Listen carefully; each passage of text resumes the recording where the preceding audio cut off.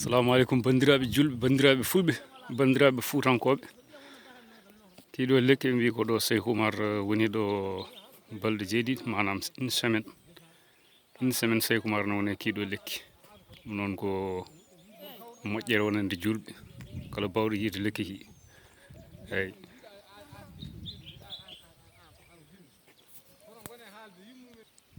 eyyi lekki ki noon ki wiyete ko ƴiɓi ki wiyete to wonɗo nana waɗe collecture sah nana waɗe collecture joni ɓe mbi ko taniraɓe Cheikh Oumar no ceerno Madani en ko kañumen gone wadde collecture lekki ki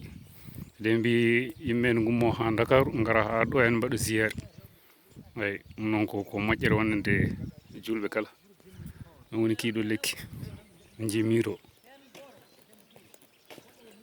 ki woni noon ko o ga banggue e worde eyyi ɗo noon ko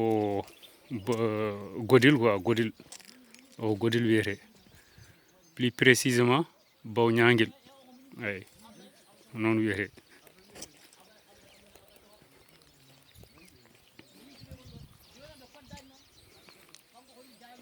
eyyi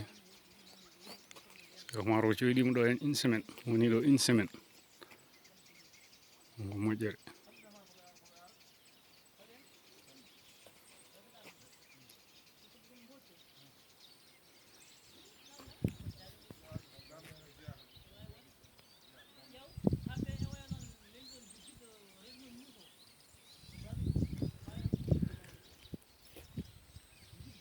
jimil culture o ɗo ko Damal